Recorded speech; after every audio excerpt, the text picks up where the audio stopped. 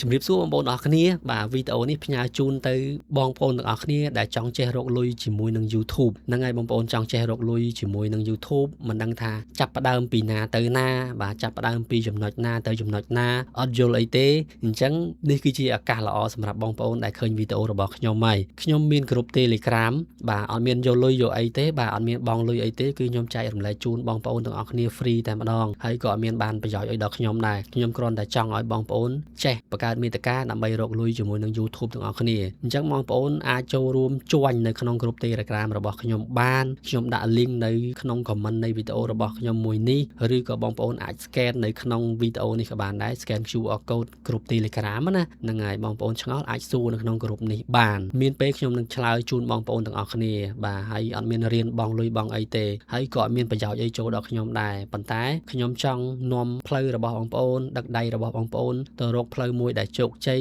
រកលុយបានពីវិធីមួយនេះហ្នឹងហើយអរគុណបងប្អូនអរគ្នាជូនពរបងប្អូនអរគ្នាសំណាងល្អសុខភាពល្អណាបាទជួបគ្នានៅវីដេអូចែករំលែកពេលក្រោយទៀតបាទកុំភ្លេចចូលរួមក្នុងក្រុម Telegram របស់ខ្ញុំដើម្បីសិក្សាស្វែងយល់ពីការរកលុយជាមួយនឹង YouTube បាទ